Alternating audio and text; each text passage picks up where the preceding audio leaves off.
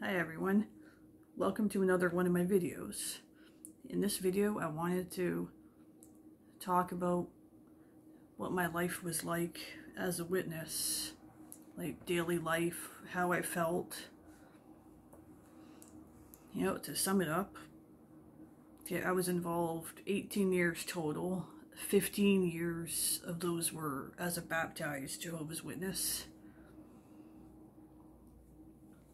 So to sum it up, I would say plain, boring.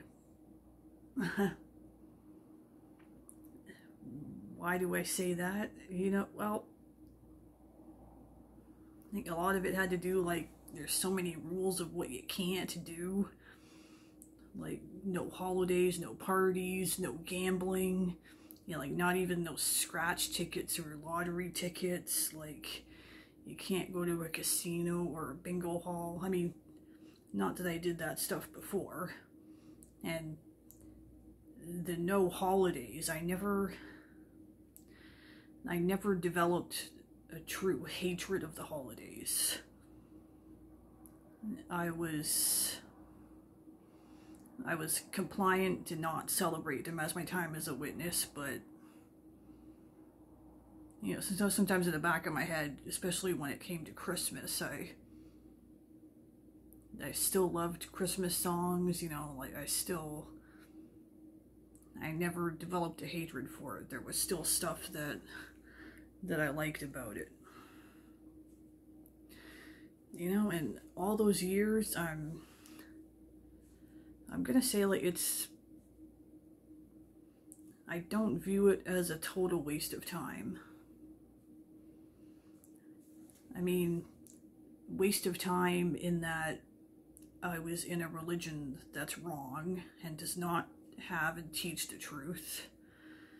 But how it was not a waste of time, it taught me about, you know, just, as I say, a cult or false religion like the Jehovah's Witnesses. And I know, yes, it would have been better if I had stayed away in the first place, but, you know, they did, with having a few mental health issues, it did help me improve my social skills. Dressing in makeup, I have to admit it helped me improve in that area. I learned the Bible better, to a degree. But helping me come to eventually realizing that they are not the true religion, that was the most important lesson that it taught me. You know, I had a lot of pleasant memories as a witness. You know, like, and so each week to week, okay, I admit I struggled to keep up with everything, all the reading and the studying and the preparation. Like, when I was in, there was 3 meetings a week. The public talk and watchtower study, the service meeting, and the theocratic ministry school, and most years I found I was only given a part like once or twice a year. And for many years I was under the request of just being a householder only. I didn't like doing parts, and I'd say mainly because they're not realistic settings of how a talk or experience would really go in real life. You know, the service meeting, I never found like all the examples and of how to preach to people. I always found just kind of unrealistic and stupid, you know. And there was so many weeks where I never kept up with the daily text, kind of hate to admit it, but the daily Bible reading, I put a lot of effort into it, but I know I'm pretty certain that I have not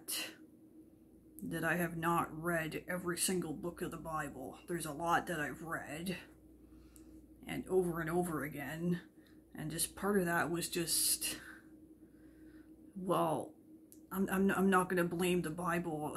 Like, I'm not gonna blame the Bible for being too big or too long. I just mean it's a lot of effort. Like, even if you read several chapters a day, it can still take months just to get through the Old Testament if you're trying to read every book in the Bible.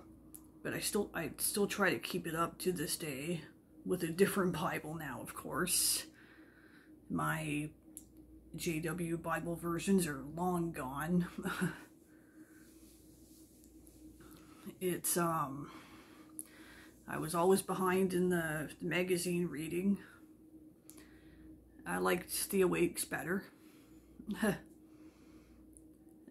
There was, a few years before I left, there was a point that I just stopped reading the magazines on my own. And I think I saved myself from wasting time, you know?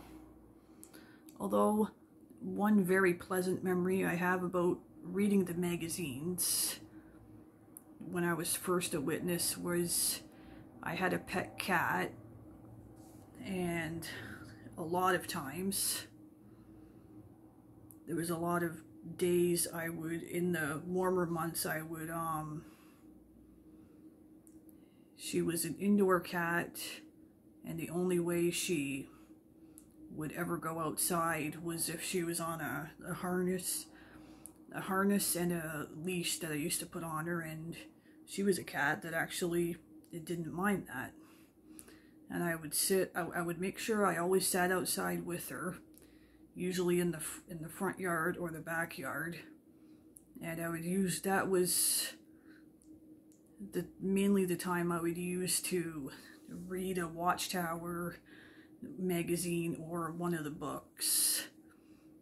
So that's one of the pleasant memories that I have.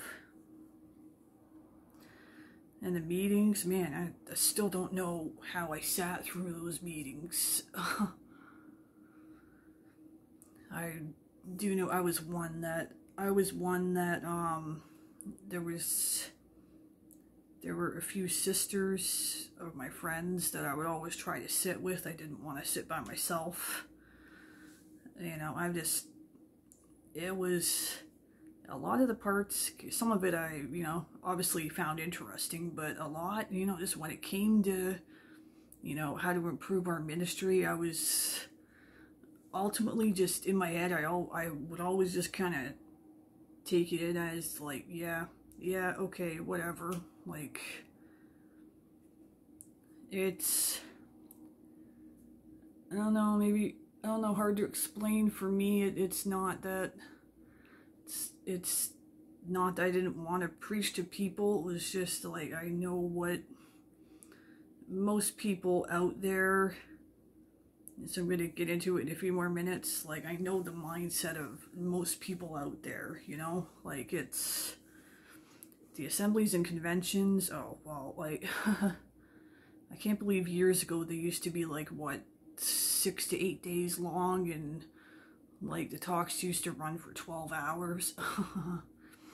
Oh man, you know, I felt bad for the people that had kids, especially before all the videos came in.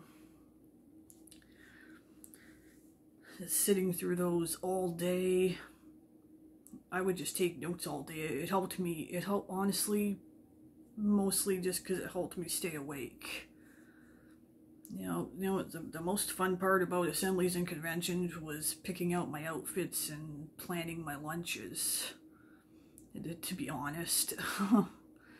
You know, and I noticed that there was a lot of brothers and sisters. Let's say the sisters a bit more, you know, they're always weight conscious.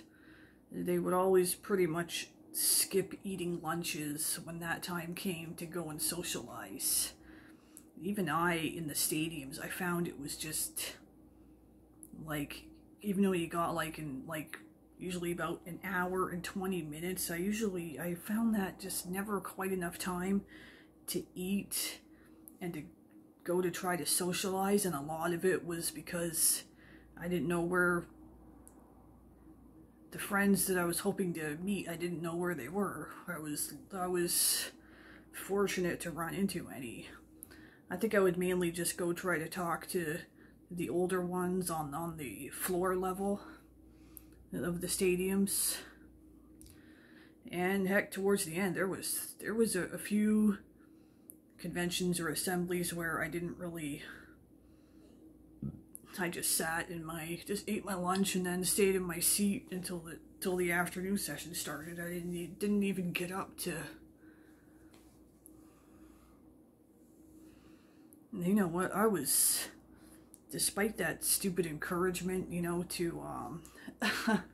stupid encouragement, you know, you gotta quit your job to make sure you can attend all 3 days, you know, like, even I knew, like, yeah, right, like, who's really gonna do that? I would never have actually done that. And I think there was a year, I think there was a couple times, yeah, like, for real, I forget what years exactly, but I was working and couldn't get the time off, and I just left it that way. Like, okay, I'll miss that day. You know, it's not like you're gonna get totally new information there. No, anyways, a couple of the years, not every year, but that would have been great. Our conventions were usually at a 1 to 2 hour drive away from where we live, so not too far, but there were a couple of years where I was able to make arrangements with a few other sisters to stay in a hotel in the city where the convention was, and it was hotels where you got, like, free breakfasts, or they had a hot tub or a sauna or a pool. Man, I wish that would have been nice to do that every year, but oh well. No, most years I just got rides back and forth because we were never too far away from where the conventions or assembly were being held. And you know, all the interviews and experiences, I got to admit, they always seemed unrealistic. Like, does this really happen? Even as a witness, I would sit in my seat, you know what, I'm like, I think this is really just like a 1 out of 100. You just cherry picked a really good experience. Like, most of them don't turn out that way. And you know, when I get down to service now, you know, as I've said in several of my videos, I never felt a strong desire or motivation to get new people in, you know, convert them. And I wanted to elaborate all that a little more. It's not that I didn't care about people.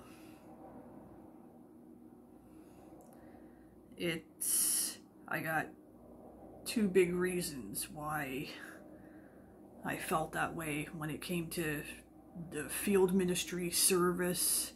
Okay, number one, I'm not me personally at least, I'm not a salesperson type personality, sales personality.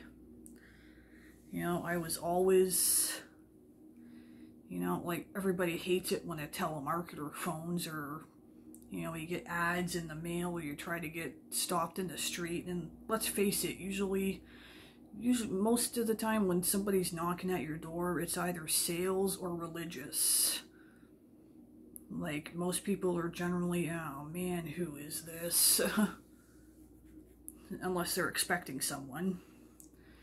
You know, I was always the type that I preferred to leave literature in places mainly the laundromat. Although I went from leaving literature in every laundromat in my area to nowadays, if I pass a laundromat and it's not too busy inside, I'll go inside to check for any Jehovah's Witness literature, and I will remove it and throw it in the trash. Or I always preferred to do letter writing. I would have always, I would have loved to have done the carts, except that was reserved for like only pioneers. I think that's, yeah, it was, at least my congregation. It was kind of more kept for more who needed that time, where you had to be kind of more exemplary. They wouldn't let anybody do it, of course. Like, man, when I was studying there, even at that time, there was this, I noticed this elderly couple in the downtown in my city, and they would, I think it's what a lot of witnesses did like decades ago. You would just stand in a corner, almost similar to the cart work now. They would just stand at a street corner and hold up the magazines, and anybody who was interested or walked by could just take it if they wanted. Like, I would have loved to, but I think that was, even that was just more reserved for people who were, like, couldn't do a lot of walking, or, yeah, or I did letter writings. I wasn't too fond of phone witnessing, because it was, like, it's almost the same as when you go to the doors. And, you know, being out in service, I learned, over the years, I gradually, on my own, started to figure out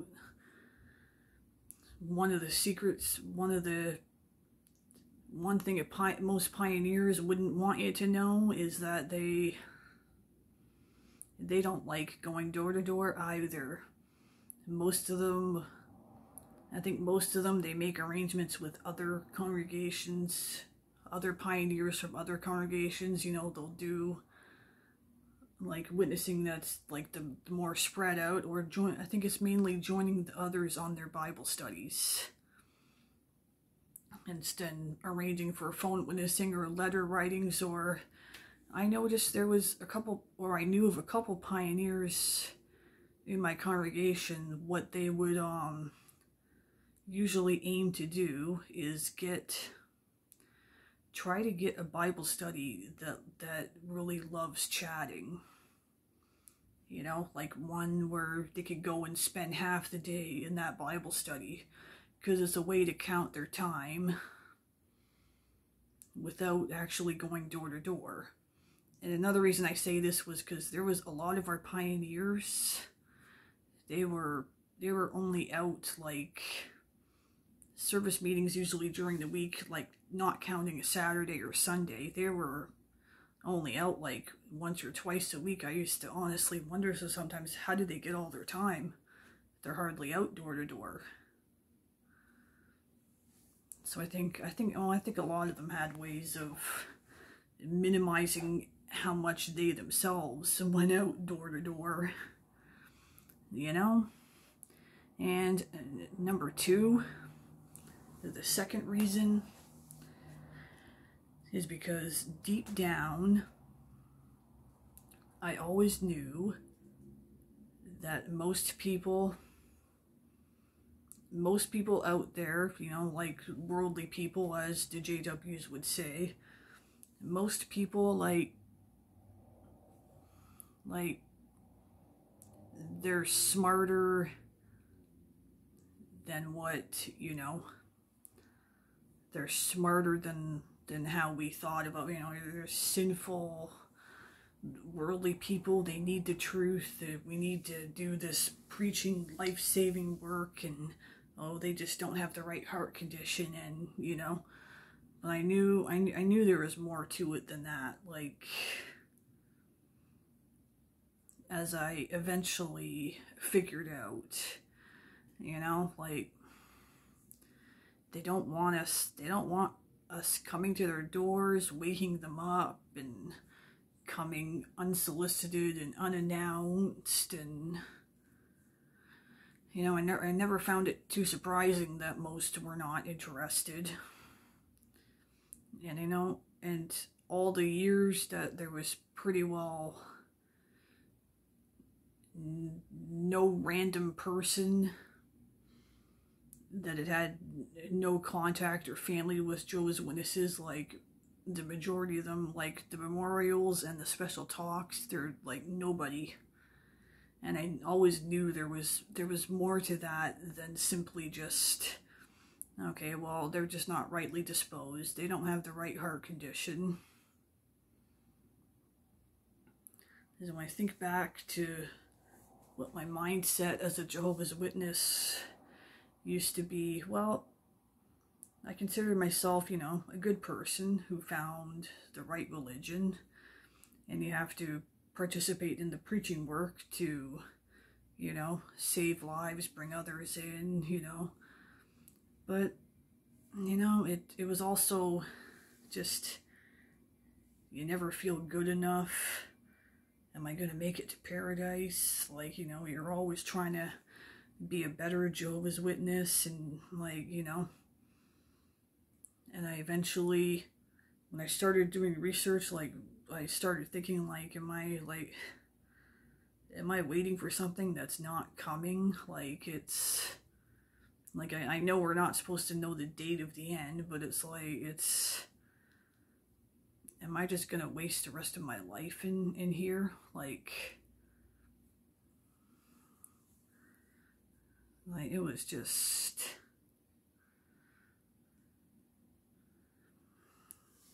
but you know what, but yeah, where my mindset now is I feel a lot better about myself, you know. There's always, I'm learning that it's more about believing in the Bible and God and having that relationship. It's more about works. I mean, less about works, sorry. It's less about works and just more about belief, faith, truly changing your personality, rather than being more the Jehovah's Witnesses. Like, they just try to force you into a mold. They keep their members in invisible cages that many don't realize are there. You know, there's a good example, one good example. I have a good example of how I would describe that. I used to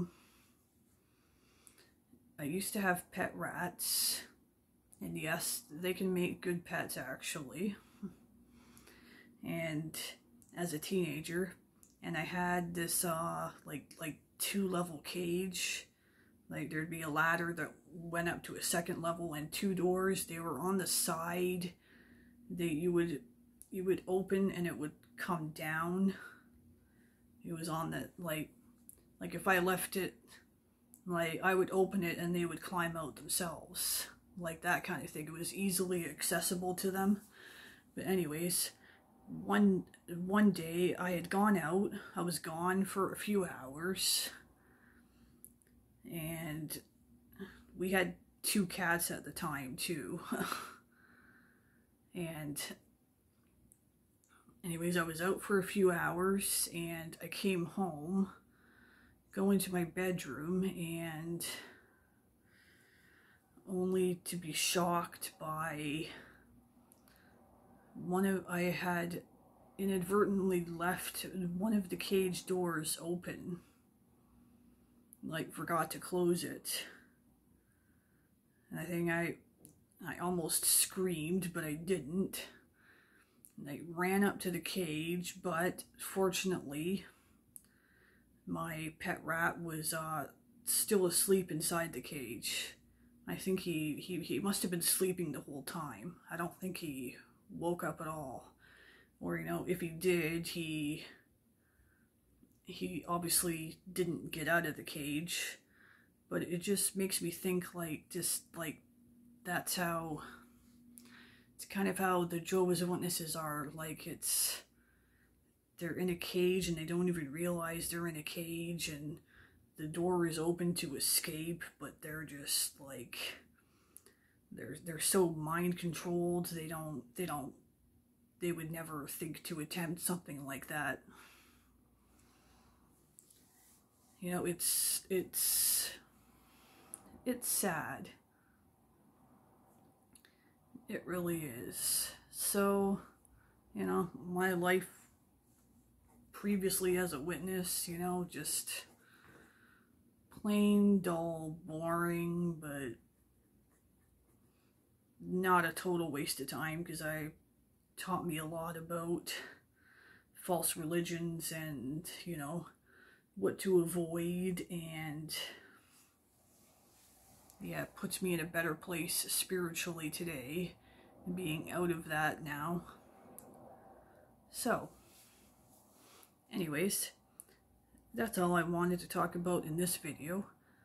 Please like and subscribe if you enjoyed my video, and I'll see you guys in the next one. Thank you. Bye-bye.